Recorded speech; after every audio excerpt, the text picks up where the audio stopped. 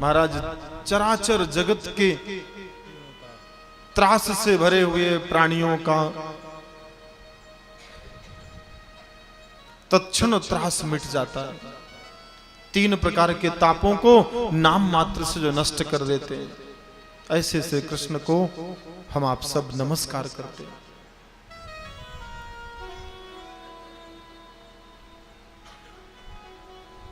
संसारी मानुष 3 प्रकार के तापों से ही पूरी तरह से घिरा हुआ है। कोई तन से दुखी है, कोई मन से दुखी है, कोई धन से दुखी है। चौथा दुख कोई है ही नहीं संसार में। तन मन आणि धन,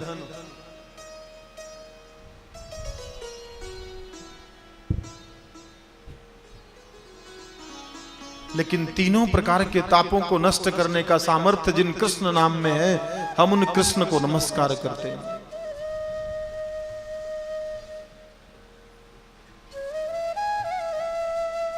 यम प्रव्रजन्तमनुपेतमपेत कृत्यम् द्वैपायनो विरह कातर जुहाव पुत्रेति तन्मयतया तरवोऽभिनेदो स्तन सर्वभूतहृदयं मुनिमानतोऽस्मि।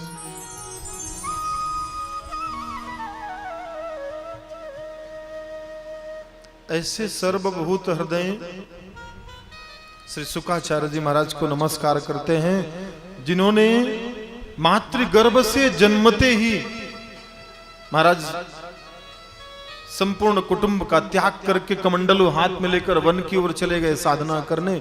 ऐसे परमहंस शुकाचार्य जी को हम सब नमस्कार करते हैं, वंदन करते हैं।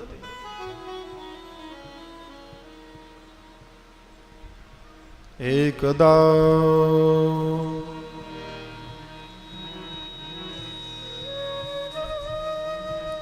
नैमिषे सूतमासीनम्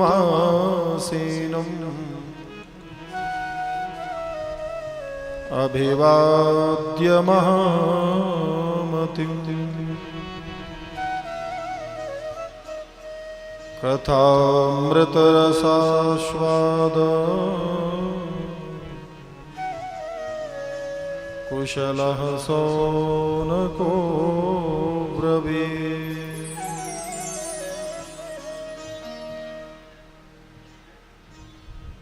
महाराज आइए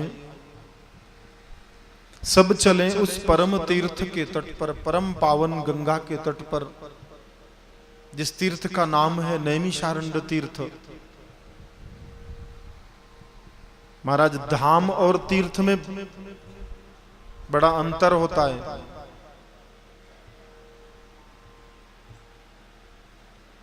आजकल तो यही ज्ञान नहीं है कि धाम क्या है और तीर्थ क्या है। जिस स्थान में जल का महत्व है, जल का महत्व स्थान में मोटा है, वह स्थान तीर्थ है। अर्थात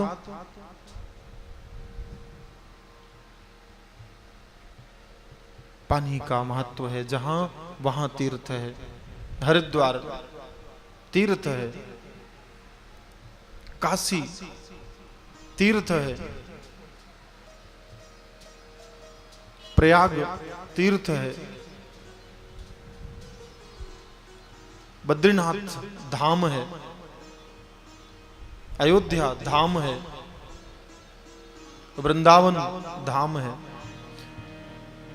अर्थात जहां पानी का महत्व है वो तीर्थ है, और जहां स्थल का महत्व है वो धाम है।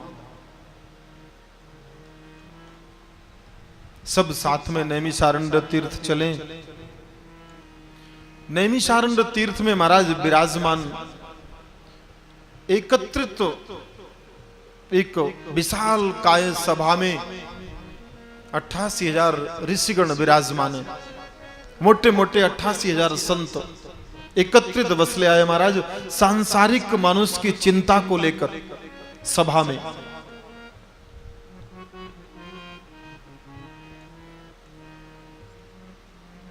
सांसारिक को सांसारिक की कभी चिंता नहीं रहती, लेकिन सांसारियों की चिंता संत को अवश्य होती है।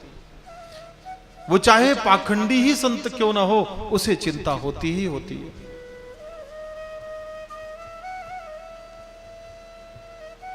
संपूर्ण 88,000 ऋषिगण विचार करते,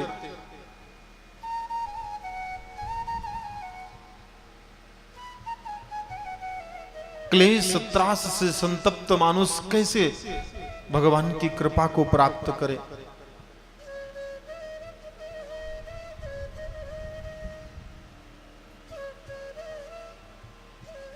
आश्चर्यजनक घटना हुई महाराज। सब एकत्रित विचार करते और मध्य में एक दिव्य संत का आगमन हुआ।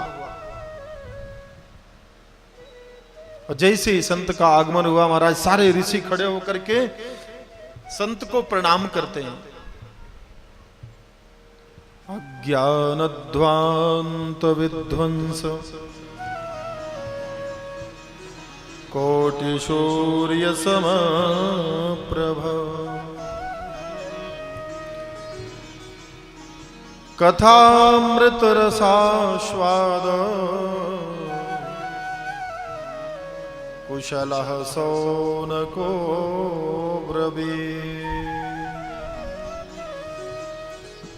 महाराज मोटे मोटे 88,000 संत बैठे तो हैं, लेकिन एक एक संत परम ज्ञानी, सर्वश्रेष्ठ ज्ञानी जो साक्षात परमात्मा को तप के बल पर समोर खड़ा कर सकता है, ऐसे दिव्य दिव्य संत, लेकिन वह भी समस्या का समाधान नहीं हल ढूंढ पाए। अतिशय ढाढ़स के बाद भी समस्या का समाधान नहीं मिला, अतिशय यत्न के बाद भी समस्या का समाधान नहीं मिला। तब चिंता में बैठे तो महाराज एक दिव्य संत सभा के मध्य जैसे ही पधारे, सब देखकर नमस्कार करके आसन दिया। आसन पर बिठाया, नमस्कार किया, यजन किया। पूजन अंतर महाराज प्रश्न किया, भगवान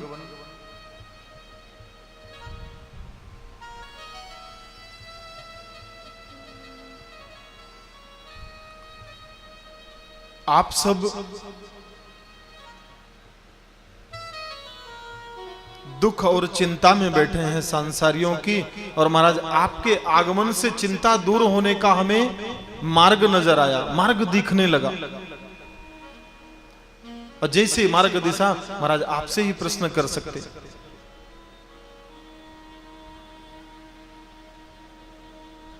संत का नाम है सूत जी महाराज। सूत जी ने संकोच बस, जब बड़े बड़े मोटे मोटे संत आजोबा पंजोबा महाराज प्रणाम करें, नमस्कार करें, तो पोत्रे की स्थिति क्या होगी विचार करो। सूत जी महाराज ने नेत्र बंद कर लिए। सामर्थ्य से ऊपर जब पूजन होने लगता है तो सांसारिक के आंखें बंद हो जाएंगी, देवताओं की तो बात छोड़ो। जो 24 घंटे पूजा कराने की इच्छा करता है, संसार में देखो ना चारों तरफ, जिधर देखो उधर संत महापुरुष पूजा के लिए ही भटक रहे। ये निंदा नहीं तो ये स्तुति भी नहीं है।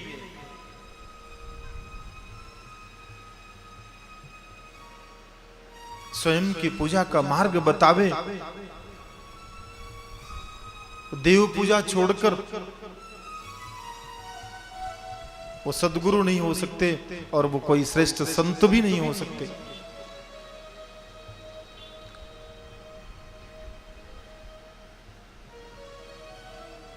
सौनक जी संकोच में पड़े पड़े बोले, महाराज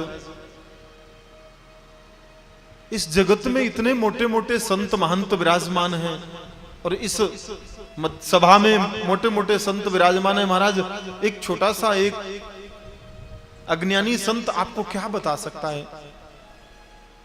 कौन सा मार्ग सुनाएगा, कौन सा मार्ग दिखाएगा? उस संपूर्ण सभा का प्रतिनिधित्व कर रहे थे महाराज सौनक जी। नाम था सौनक जी महाराज। प्रश्न करने में इतने निपुण सौनक जी महाराज, 10,000 वर्ष बीत चुके हैं लेकिन सौनक जी महाराज वैसे ही हैं। इतने मोटे मोटे संत हैं महाराज जिनकी आयु एक एक युग बीत गया, लेकिन वो वैसे की वैसे ही संत हैं। तपः स्वाध्याय नृतम तपस्वी वाग्विदाम्बरम, तप के बल पर महाराज अपनी आयु को और देह सत्ता को, इंद्रियों पर विजय प्राप्त कर रखी है। ऐसे ऐसे मोटे मोटे संत। लेकिन जैसे ही प्रश्न हुआ, सूत जी को संकोच हो गया, अरे महाराज मैं क्या उत्तर दूंगा? सौनक जी बोले, भगवान अज्ञानध्वांत विध्वंस, अज्ञानध्वांत विध्वंस, कोटि सूर्य समप्रभ, सूताख्या हि कथा सारम, मम कर्णरसायनम्।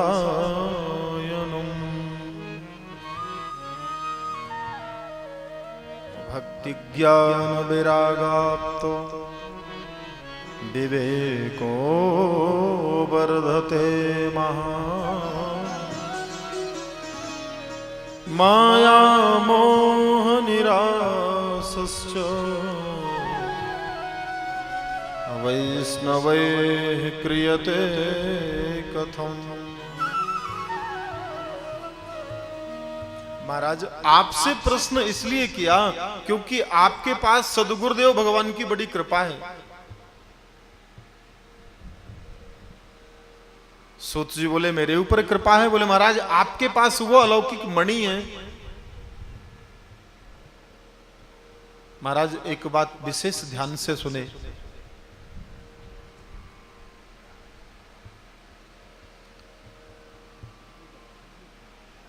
किंचित किसी को चिंतामणि प्राप्त हो जाए, कल्प वृक्ष भी प्राप्त हो जाए, चिंतामणि का स्वभाव क्या है?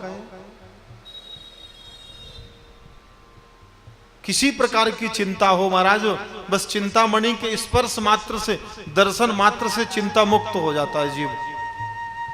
कल्प वृक्ष का तो प्रभाव भी है कि महाराज कल्प वृक्ष के खाले आसन लगा नहीं, कल्प वृक्ष के खाले पहुंचे तत्क्षण सारी कामनाएं पूर्ण हो गई। पर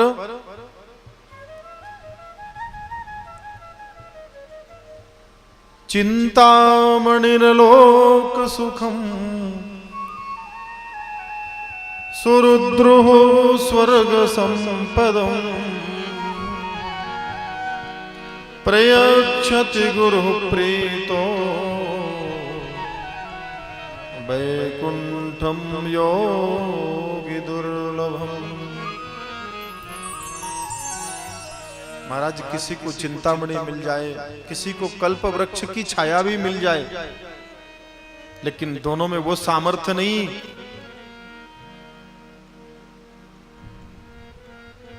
जो सामर्थ्य गुरु चरणारविंदों में है। इसलिए महाराज आपके पास ऐसा अमृत है कि महाराज आप सांसारी मनुष्य की त्रास को क्षण भर में दूर कर सकते। सूत जी महाराज ने ऐसे जब भाव देखे तब महाराज प्रश्न का उत्तर देना प्रारंभ किया। श्री सूत वाचो, प्रीति सौनक चित्ते ते, रातो बच में विचार्य च, सर्व सिद्धांत निष्पन्नम संसार भयनाशनम।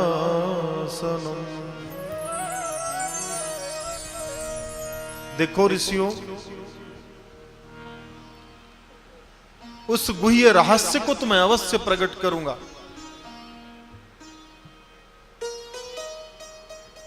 उस दिव्य रस को अवश्य प्रकट करूंगा जो संसार को भय से तत्क्षण मुक्त कर देने वाला है। अच्छा महाराज,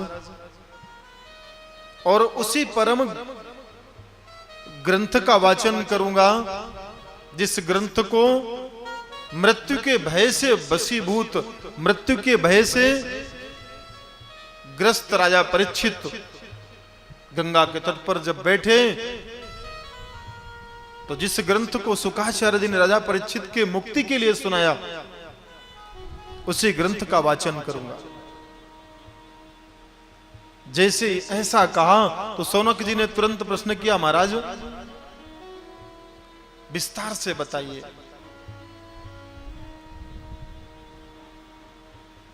जैसे विस्तार का विषय आया तो सूत जी महाराज ने ध्यान करके भगवान को नमस्कार किया और नमस्कार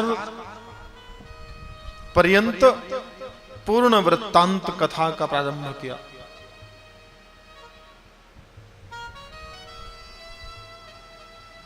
श्रीमद्भागवतम शास्त्रम कलौकीरेण भासितम्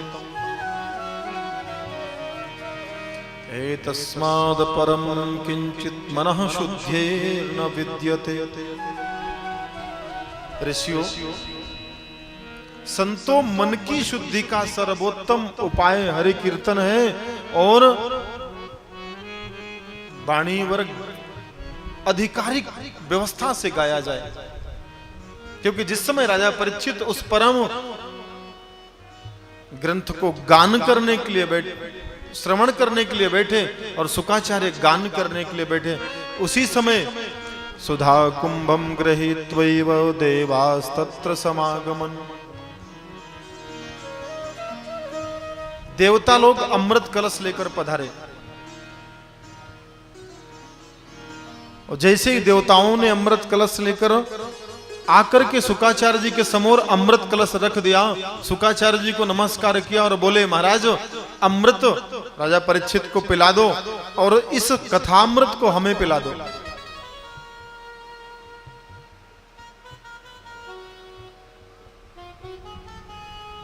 शुकाचार्य जी ने कहा देवताओं से, अरे ठगियाओ, तब तक कहां थे जब मैं पिलाने के लिए तैयार नहीं हुआ था।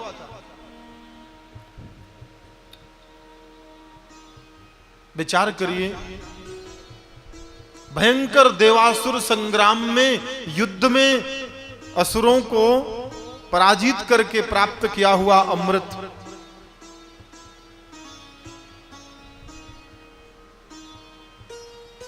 और देवता सरलता से देने को तैयार है, महाराज ये अमृत ले लो और कथामृत हमें पान करा दो।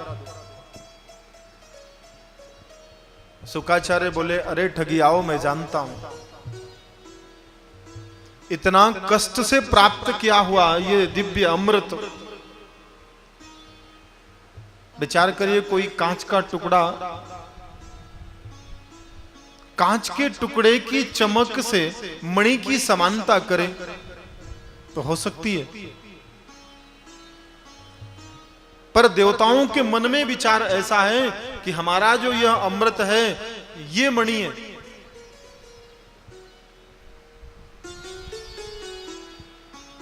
शुकाचार्य जी के वचन पर पूर्ण विश्वास है, क्योंकि शुकाचार्य जी ने पहले बोल दिया, राजन 7 दिवस में, बहुत बड़ी बात है, 7 पल में मुहूर्त, 7 में मुक्ति हो सकती है। देवताओं को विश्वास हो गया था, इसीलिए आ गए कि 7 पल में मुक्ति जब हो सकती है तो क्यों ना इस दिव्य रस का हम भी पान करें।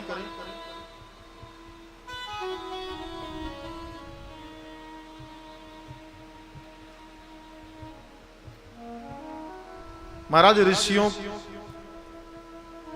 को जैसे सूत जी महाराज ने इस परम दिव्य प्रसंग को सुनाया तो ऋषि भी आश्चर्यचकित होकर शुकाचार्य सूत जी महाराज की ओर देखते रहे।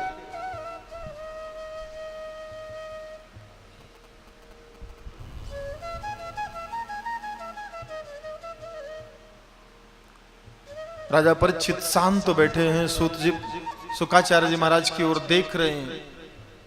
शुकाचार्य जी ने देवताओं को मना कर दिया, इस अमृत को मैं आप लोगों को नहीं पिला सकता।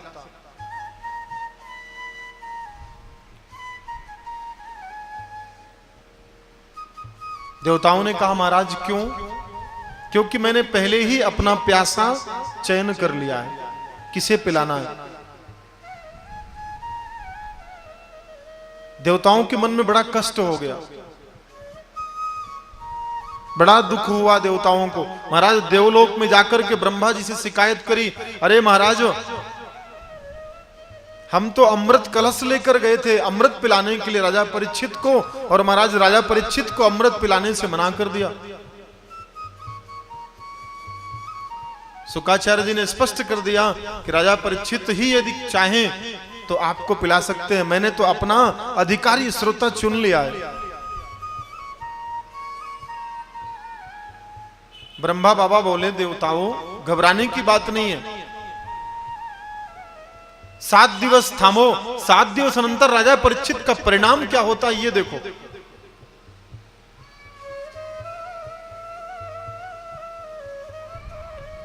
महाराज 7वें दिवस जैसे राजा परीक्षित का परिणाम देखा तो मैं निरे भगवद रूपम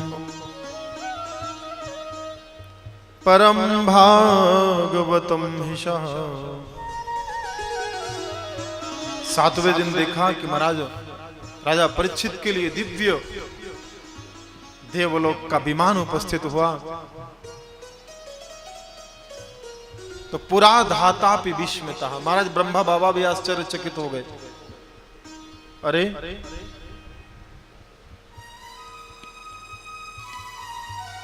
इतनी विशाल भागवत जी की महिमा। सौनक जी महाराज ने फिर प्रश्न किया, महाराज एक बात बताइए, आपने कहा राजा परीक्षित को शुकाचार्य जी कथा सुनाने के लिए बैठे, तो महाराज राजा परीक्षित तो पांडव वंश के थे, सुना है हमने राजा परीक्षित तो महाराज चक्रवर्ती सम्राट थे, साक्षात कृष्ण भक्त थे। जिनको महाराज जन्मते ही कृष्ण की गोद मिल जाए तो कितना कृपा का अधिकारी नहीं होगा। महाराज उनको तो भगवान कृष्ण ने जन्मते ही गोद में उठाया, मांडी में उठाकर रखा। और सबसे पहले सृष्टि में ऐसे प्रधान मानुष हैं राजा परीक्षित, जिनको जन्मते ही गोविंद का दर्शन हो गया, और जन्म के पहले प्रसूति गर्भ में भी दर्शन दिया गोविंद ने। तो महाराज इतना बताइए, ऐसा कौन सा पहाड़ टूट पड़ा राजा परीक्षित के ऊपर, जिन्हें अनशन में बैठना पड़ा 7 दिन में, और शुकाचार्य जी जैसे परम वेत्ता, परम ज्ञानी, साक्षात परमहंस, जिन्होंने इस संहिता का वाचन किया। महाराज मन में बहुत सारे प्रश्न होते हैं, इस संहिता का वाचन क्यों हुआ, कैसे हुआ, कहां हुआ, किन परिस्थितियों में हुआ, बस प्रश्न प्रकट हो गए। सूत जी ने कहा, ऋषियों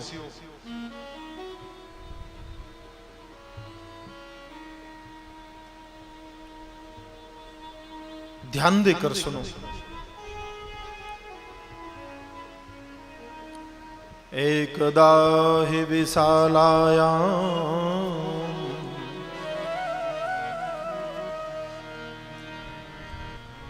चत्वार ऋषयो मलाः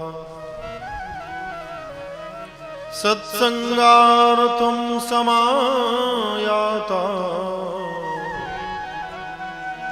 ददृशोस्तत्र नारदम् ददृशोस्तत्र नारदम्।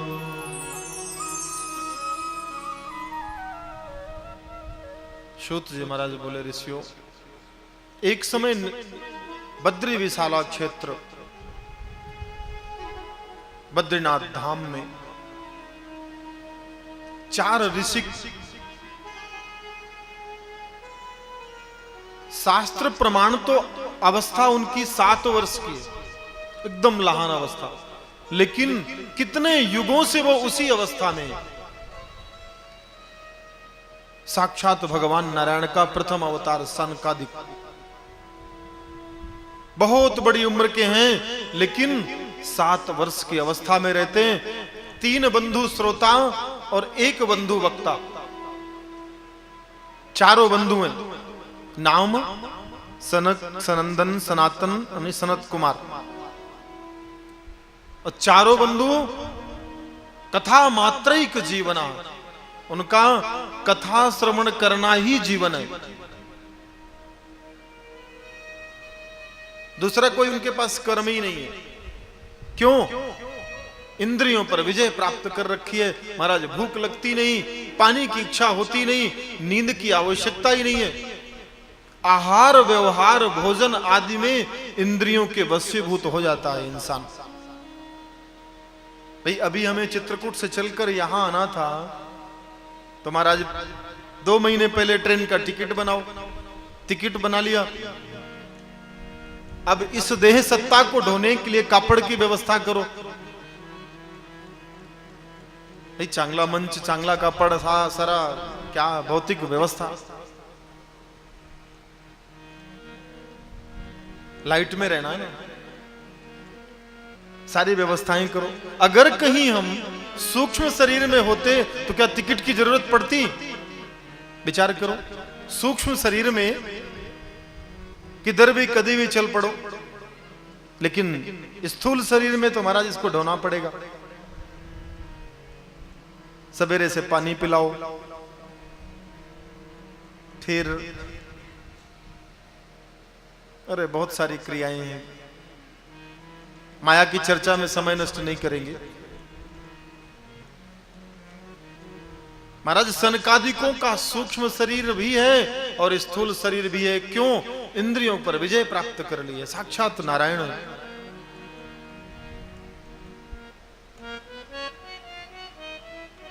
बैठे आपस में सत्संग कर रहे थे, इतने में देखा दूर से एक संत बड़ी बेग से भागते चले जा रहे थे। जैसे ये बेग देखा, महाराज आवाज लगाई, अरे महात्मन ठहरो, थामो। कथम ब्रह्मणदीन मुखः, कथम ब्रह्मणदीन मुखः, कुतश्चिन्तातुरो भवान्, त्वरितं गम्यते कुत्र, कुतश्चागमनं तव, कुतश्चागमनं तव।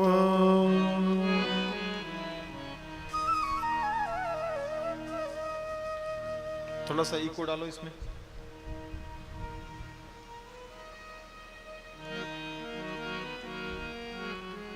महाराज संत नारद बड़ी बेग से भागे हुए चले जा रहे थे चिंता में। तो सनकादिकों ने देखा, कथम ब्रह्मणदीन मुखः कुतश्चिन्तातुरो भवान्। अरे महाराज, जिनके चिंतन मात्र से संसारियों की चिंता मिट जाए, ऐसा संत महाराज चिंता में व्याप्त होकर के मुख मलिन कहां जा रहे हैं महाराज, भागते भागते।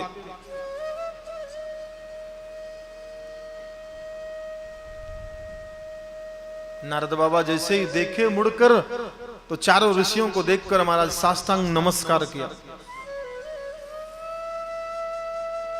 और अपनी व्यथा सुनाई। बिना व्यथा के कभी कथा का प्राकट्य होता ही नहीं। लेकिन सांसारी मानुष सांसारी व्यथा रखता है और सांसारी मानुष सांसारिक व्यथा से कथा तैयार करता है, और श्रेष्ठ मानुष महाराज आध्यात्मिक व्यथा रखता है और आध्यात्मिक व्यथा से कथा की रचना करता है। तो व्यथा में मत पड़ना।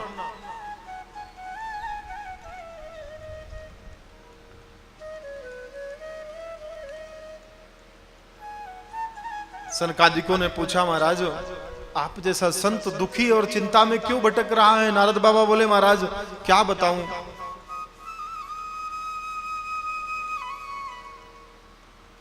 मन में विचार आया कि जाऊं पृथ्वी में देखूं संसार कैसा है।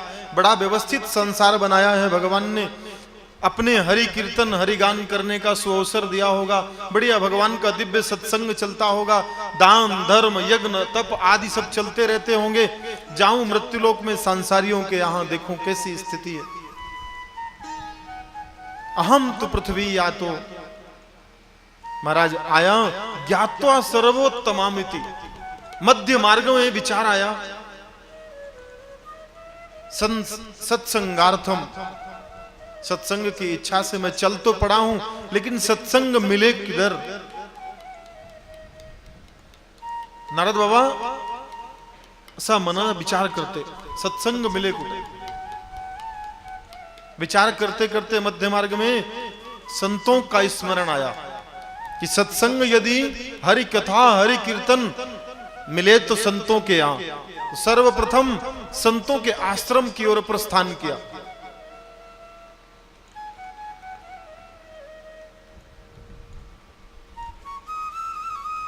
सनकादिकों ने कहा, महाराज संतों के आश्रम में जाकर आपने क्या देखा? महाराज संतों के यहां जब गया तो संतों की तो विडंबना ही देखकर मन दुखी हो गया।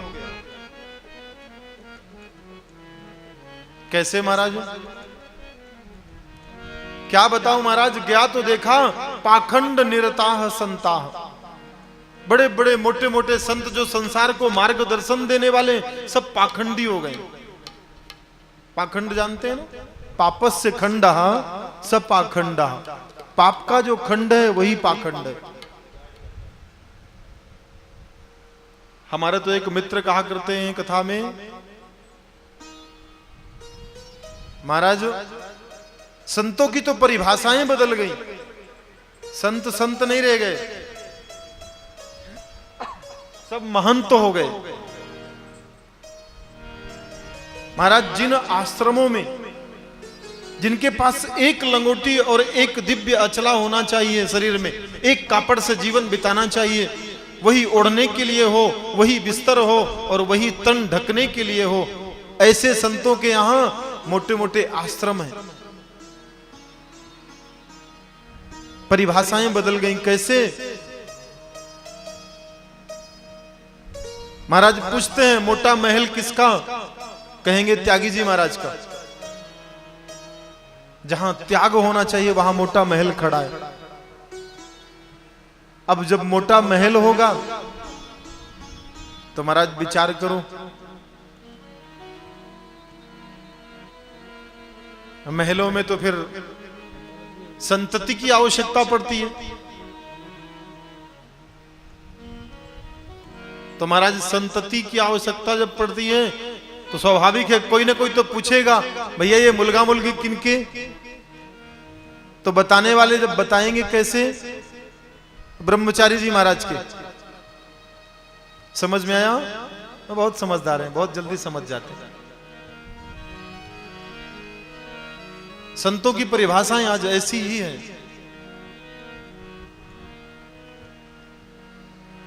ब्रह्मचारियों को जो कुटुंब से बहुत दूर रहना चाहिए वो कुटुंबी, नाम ब्रह्मचारी जी और हैं मोटे कुटुंबी। अब जहां पर कुटुंब होगा मोटा वहां हलचल होगी, कोलाहल होगा। तो कोई पूछे भैया ये कोलाहल किधर हो रहा है? बोलेंगे मौनी बाबा के आश्रम में। समझ में आ गया ना? ऐसी परिभाषाएं संतों की। महाराज क्या बताऊं, नारद बाबा सांगितले महाराज गया तो देखा, संतों को देखकर तो मेरी मति ही बदल गई। क्या बोलता महाराज, संसार को मार्ग देने वाले ही मार्ग भ्रष्ट हो गए। तो महाराज विचार किया अब जाऊं, संतों के यहां तो उपाय होगा नहीं, तो महाराज गृहस्थों के यहां चल पड़ा। तो गृहस्थों के यहां जाकर क्या देखा? कन्या विक्रयणो लोभात् दंपतीनां च कल्कनम्।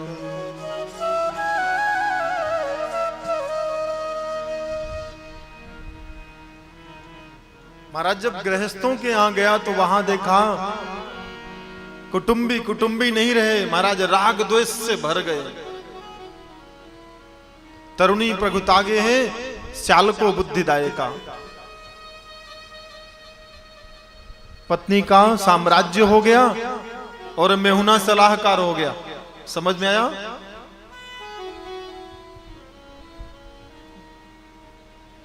अरे वडील यदि बुद्धिमान नहीं है तो कोई बात नहीं, बंधु तो बुद्धिमान है, लेकिन नहीं, मेहुने को बुलाएंगे सासुरबाड़ी से, नियोजन के लिए विचार विमर्श करना ना। तो धर्म पत्नी का तो साम्राज्य अधिकार हो गया। जैसे ही महाराज आती हैं देवी जी और कील हाथ में लगा, सोई देवी जी का चलावा चला, अधिकार व्याप्त हो गया। फिर तो महाराज चाबी जिधर घुमाए, कील जैसा सीधा घुमाए तो ताला खुले, कील उल्टा घुमाए तो ताला बंद हो जाए, ऐसी दशा है।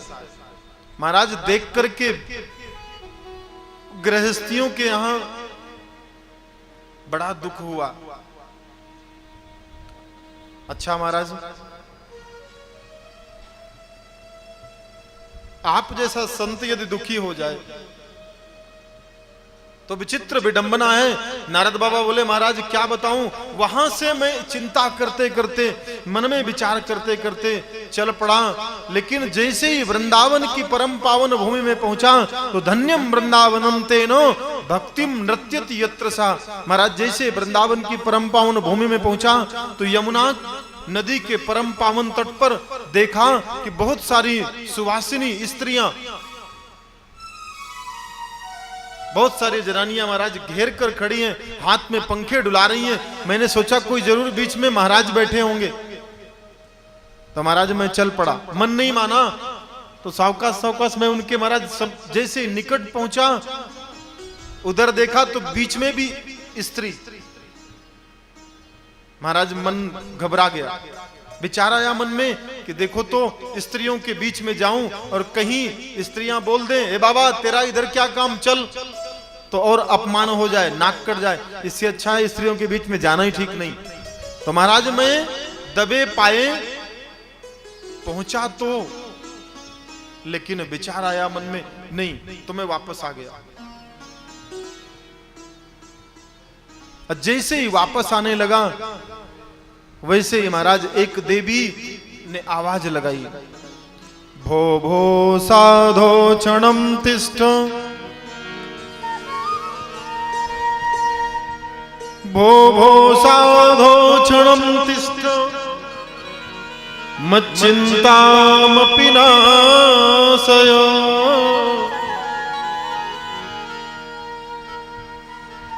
दर्शनम तव लोकस्य सर्वथा गहरम परम। महाराज जैसे मैंने जाकर देखा तो उस स्त्री ने स्वयं बुलाया, भो भो साधो छड़म तिष्ठ, अरे महात्मन 2 मिनट रुके। महाराज मेरा ढाढ़स व्यवस्थित हुआ, मैं धीरे धीरे उस देवी की ओर पहुंचा। अहम भक्तिरिति ख्यात इमौ मे तनयो मतो, ज्ञान वैराग्य नामानो चेर कृष्णा जिनांबरो।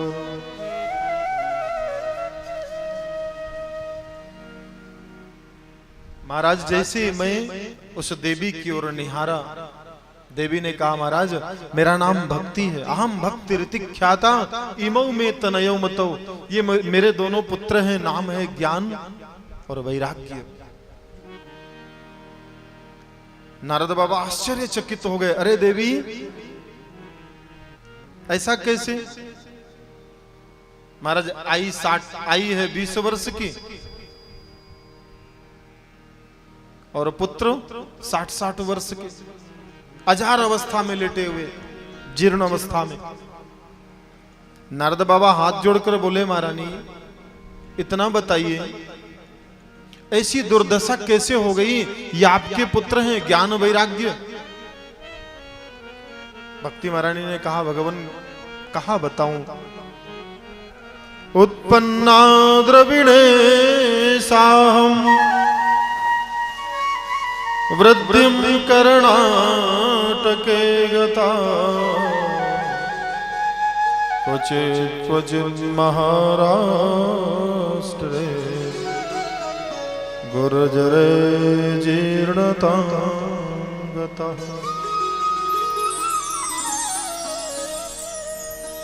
महाराज द्रविड़ देश में मैं उत्पन्न हुई। द्रविड़ देश तमिलनाडु, भक्ति का प्राकट्य तमिलनाडु में हुआ है। कर्नाटक में वृद्धि हुई, वृद्धिम कर्नाटके गता, लेकिन कुचिन महाराष्ट्र। महाराज जैसे मैं महाराष्ट्र की ओर आई तो महाराष्ट्र तिल सीमा में महाराज सर्व समाज ने मेरा बड़ा सत्कार किया। महाराष्ट्र में भक्ति बहुत है, भक्ति का परिचय। महाराष्ट्र तो महाराज भक्तों की ही भूमि है। आज हम कथा में जब भक्तों का वर्णन करते हैं ना, बाबा एकनाथ, संत तुकाराम, भक्त पुंडरीक, संत दामाजी महाराज, राजस्थान और महाराष्ट्र दोनों में भक्ति बहुत है। पर जैसे जैसे भक्ति की वृद्धि होती है वैसे वैसे भक्ति का दोहन करने वाले भी पैदा होते जाते हैं। इसलिए भक्ति का दोहन मत करना। महाराज क्या बताऊं, कर्नाटक में तो मैं बहुत ही पली बढ़ी, मेरा और मेरे पुत्रों का बड़ा सत्कार हुआ, लेकिन धीरे धीरे जैसे ही गुजरात प्रांत में गई तो गुर्जरे जीर्णतांगता। महाराज गुजरात में पहुंचते ही जीर्ण अवस्था हो गई। मेरी भी दशा बड़ी खराब हो गई थी, मैं भी अजार हो गई, मेरे दोनों मुलगे अजार हो गए। महाराज विचार मन में आया अब काय करे। मती ने काम करना बंद कर दिया। लेकिन महाराज धन्य है, मन में विचार आया कि धीरे धीरे वृंदावन की ओर चलें। तो महाराज वनम वृंदावनम नाम, वनम वृंदावनम नाम, अपसभ्यम नवकानन,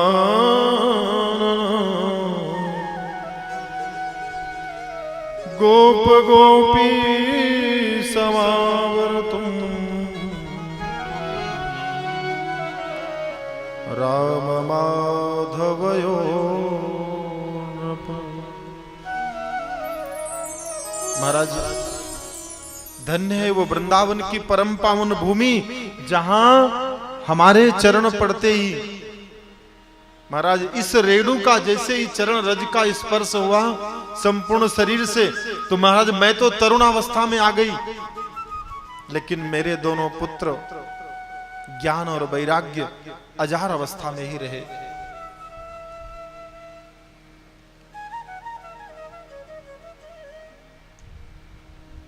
महाराज ये ध्यान में रहे, भगवत प्राप्ति का सर्वोत्तम मार्ग है भक्ति।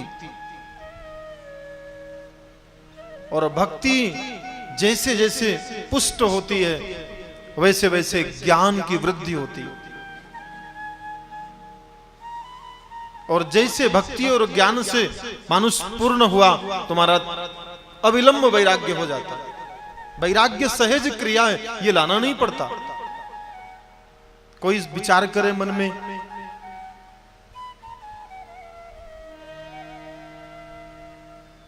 महाराज हम वैरागी हो जाएंगे,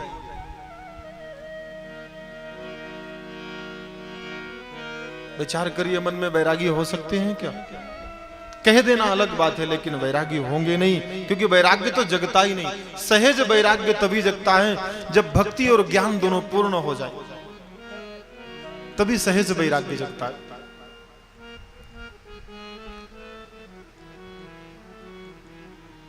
महाराज कोरी भक्ति बांझ है, ध्यान रखेंगे।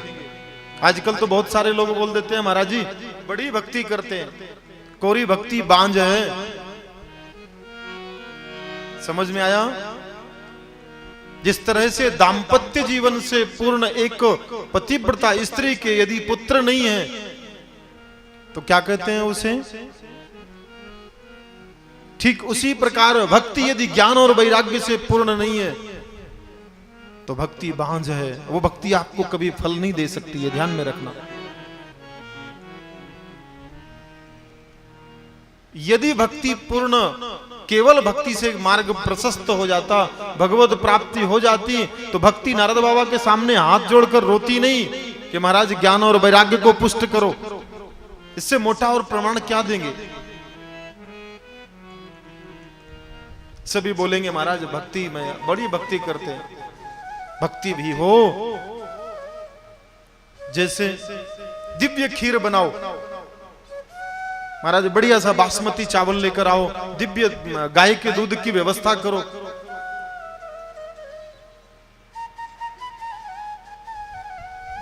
दिव्य चांदी का पात्र ले आओ भाई, कढ़ाई चांदी के ले आओ बनाने के लिए खीर।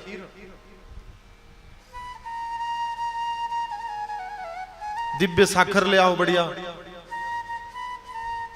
सारा एकत्रित कुटुंब होकर खीर बनाने की तैयारी करो। और महाराज तैयारी करते करते मौसी आए और बोले लाला क्या हो रहा है? तो बोलोगे मौसी खीर बना रहे हैं। अच्छा बेटा बड़ी खुशी की बात है, उधर से गई थी मैं जम्मू, उधर से बढ़िया बढ़िया बादाम लेकर आई हूं, 2-4 खीर में डाल दूं? आप बोलेंगे हाँ मौसी बिल्कुल डाल दो। तो 2-4-10 बादाम खीर में पड़ गए, रस और बढ़ गया। इतने में वहिनी आई, बोली देख भैया बड़े प्यारे काजू हैं, तू कहे तो 2-4 खीर में डाल दूं? हाँ बहनी बिल्कुल डाल दो। काजू से और स्वाद बढ़ गया खीर का, मेवा है ना, मेवा खीर में पड़ा और स्वाद बढ़ गया। महाराज द्राक्ष भी पड़ गया। इतने में कोई भौजी आए, भाभी आकर के बोले भैया क्या बताऊं, मैं भी गई थी बाजार, सोचा घर में खीर बन रही है, खीर में डालने के लिए कुछ तो लेकर जाऊं, क्या बताऊं भैया बाजार में बहुत जुड़ा, लेकिन बाजार में मुझे कुछ मिला ही नहीं। 4 नींबू मिल गए, कहो तो 1 नींबू खीर में निचोड़ दूं? विचार करिए, खीर का सत्यानाश हो जाएगा ना। इतना दिव्य मेवा डाला, मिष्ठान डाला, दूध और बासमती चावल डाल करके और दिव्य खीर की तैयारी हो रही है, और भाभी ने आकर के 1 नींबू का अगर कहीं प्रयोग कर दिया तो सारी खीर का बंटा ढार। समझ में आया? ठीक उसी प्रकार भक्ति आप करें, भक्ति लेकिन ज्ञान पूर्ण हो। जैसे महादेव मंदिर जाएं अभिषेक वास्ते, महाराज तांबिया में पानी लेकर जाएंगे, ऊपर से 4 फूल टाक लेंगे उसी के ऊपर पानी के, ना ही वो फूल शुद्ध रह गया, ना ही वो तांबिया का जल शुद्ध रह गया, दोनों अपवित्र हो गए। और आजकल तो महाराज महादेव मंदिर में तो गंदगी करते ही रहते। भोले बाबा भी महादेव हैं, कुछ बोलते ही नहीं, करते ही रहते। चलो कम से कम राम मंदिर और कृष्ण मंदिर में थोड़ा तो मर्यादा बना के रखते हैं, थोड़ा पोछा ओछा लगा देते हैं, सफाई कर दे, स्वच्छता पवित्रता का ध्यान रखते हैं। लेकिन महादेव मंदिर में तो कोई स्वच्छता पवित्रता का ध्यान रखता ही नहीं, मक्खियां। ये हमारे सनातन की विडंबना नहीं, हम सनातन की कोई बुराई नहीं कर रहे हैं, लेकिन हमारी आपकी सबकी कमी है। मेरे भाई बहन, स्वच्छता यदि शरीर है तो पवित्रता उसकी आत्मा है। हमें दोनों की आवश्यकता है, स्वच्छता पवित्रता दोनों की। व्यवस्थित जीवन के लिए स्वच्छता और पवित्रता दोनों आवश्यक है।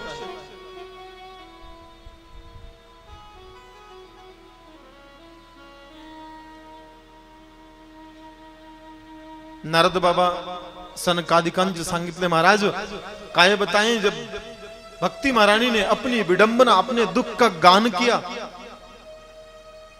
तो महाराज मन मेरा भी दुखी हो गया। मैंने भक्ति से पूछा, देवी कौन कौन सा उपाय किया, आजारी के लिए कौन कौन सी औषधि प्रयोग करी? भक्ति ने औषधि बताई। महाराज आजारी में होता ही ऐसा है, जो वैद्य जो डॉक्टर जो भी औषधि बताए, लगता है रोगी कैसे, आजारी कैसे ठीक हो, रोग दूर हो, चाहे औषधि 10 बार प्रयोग करनी पड़े तो करते चले जाएंगे।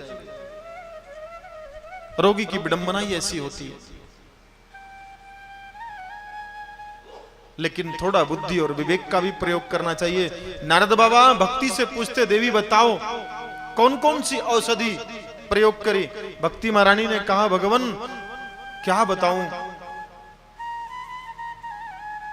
जितनी बुद्धि ने काम करी, बुद्धि का सामर्थ्य जितना था उतनी औषधि प्रयोग करी, लेकिन लाभ बिल्कुल नहीं। अब आप आए हैं महाराज, आपसे बड़ा डॉक्टर और मैं कहां खोजूं, किधर ढूंढूं, आप ही औषधि दे दीजिए। नारद बाबा मन में विचार करते, हे देव, आपसे मिलने के 3 सर्वोत्तम मार्ग हैं, भक्ति, ज्ञान, अनि वैराग्य, और तीनों इस अवस्था में रहेंगे तो देव आपसे मिलना तो दुर्लभ हो जाएगा। नारद बाबा उपाय करते। नारद बाबा के अमृत औषधालय में जितनी दिव्य दिव्य औषधि, चूरन, चटनी सब चटा दी, लेकिन कोई लाभ नहीं हुआ। तब नारद बाबा भक्ति को साहस ढाढ़स दिया, देवी चिंता मत करो, घबराओ नहीं, संसार में कहीं भी अगर औषधि होगी तो नारद जरूर ढूंढ कर लाएगा। नारद बाबा औषधि ढूंढने के लिए निकल जाते हैं। इधर महाराज सूत सनकादिकों से भेंट हो जाती है। सनकादिकों ने पूछा, बाबा कौन कौन सी औषधि प्रयोग करी? महाराज क्या बताऊं, चारों वेद सुना डाले, 18-17 पुराण सुना डाले, महाराज गीता भी सुना दिया। गीता पाठेर मुहुर्मुहु, 12 गीता सुनाया। अच्छा नारद बाबा इतनी मोटी मोटी औषधि ज्ञान वैराग्य के आजारी में प्रयोग करवा दी, लेकिन ज्ञान वैराग्य चेतना में नहीं आए। महाराज कहा बताऊं, चेतना में आना दूर की बात है, गीता पाठ करते करते एक बार उठे तो, लेकिन महाराज फिर अजार हो गए। अच्छा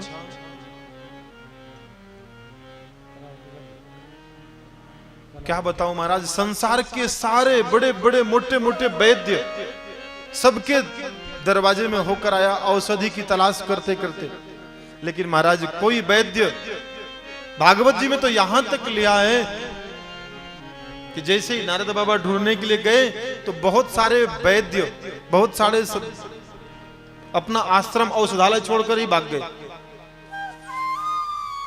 कहीं नारद बाबा आए,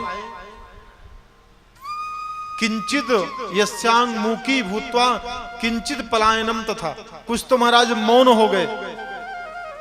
महाराज का आजकल मौन चल रहा है, इसलिए बोलना ना पड़ेगा तो नारद बाबा कुछ पूछेंगे नहीं। और कुछ नारद बाबा को देखकर नमस्कार किए, अरे महाराज आपसे मोटा डॉक्टर और कहां मिलेगा, हम तो छोटे मोटे झोलाछाप डॉक्टर हैं, कैसे उपाय करेंगे, कैसे आपको औषधि देंगे।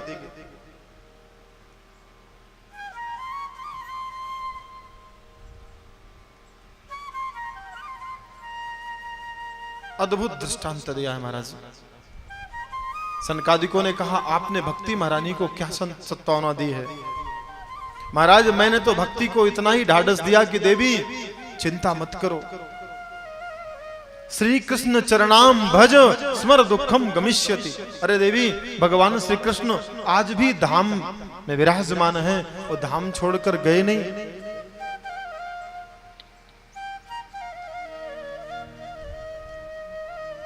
अच्छा महाराज, महाराज क्या बताऊं, भक्ति को मैंने इतना संतोष दिया है,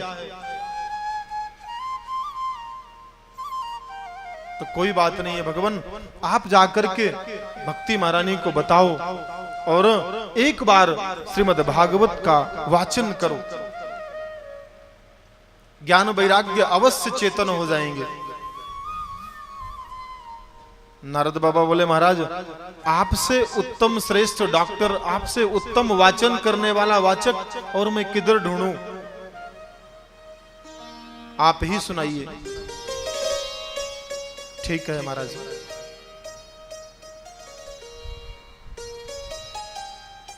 सनकादिकों ने कहा, भगवान क्या बताएं,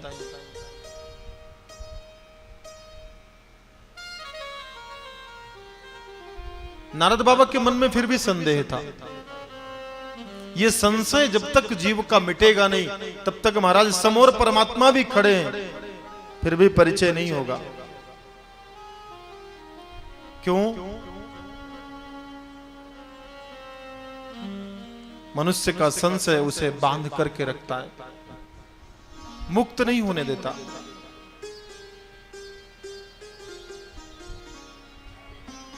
संशय मन में इतना भर गया कि सनकादिकों ने बार बार कहा, बाबा चिंता मत करो,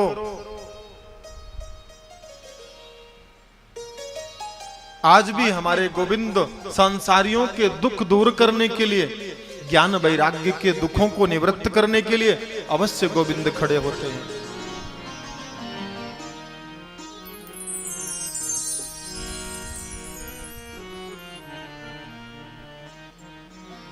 नारद बाबा के मन में इतना संशय हुआ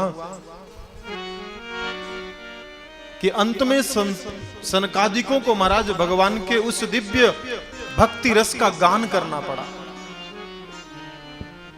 कैसा भक्ति रस, जो आज भी दुख से दुखी यदि कोई मनुष्य है तो महाराज उस भक्ति रस का परम गान करे तो अवश्य महाराज गोविंद कृपा करते हैं। सनकादिक कहते हैं, बाबा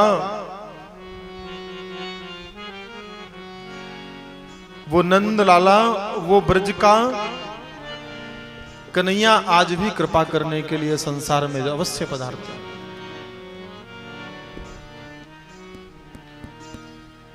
अच्छा महाराज, मन में बड़ा संशय होता है, तब उस दिव्य पद का गान करते हैं सनकादिक। कहते हैं, बाबा आसन पर बैठो और श्री कृष्ण चरणाम भज स्मर दुखम गमिष्यति, उस हरि भजन का गान करते ही नारद बाबा के मन में महाराज जो संशय था वो मिटना शुरू हो जाता है। दिव्य भाव से सनकादिक गाते हैं। आइए हम आप भी 2 मिनट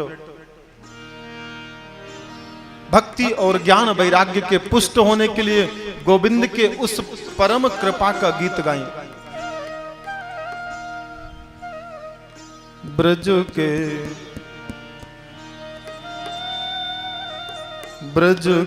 नंदलाला, ब्रज के नंदलाला, राधा जी के सांवरिया, सब दुख दूर हुए जब तेरा नाम लिया। ब्रज के नंदलाला, राधा जी के सांवरिया, सब दुख दूर हुए जब तेरा नाम। ब्रज के नंदलाला, हरि बोल, राधा जी के सांवरिया, सब दुख दूर हुए जब तेरा नाम लिया।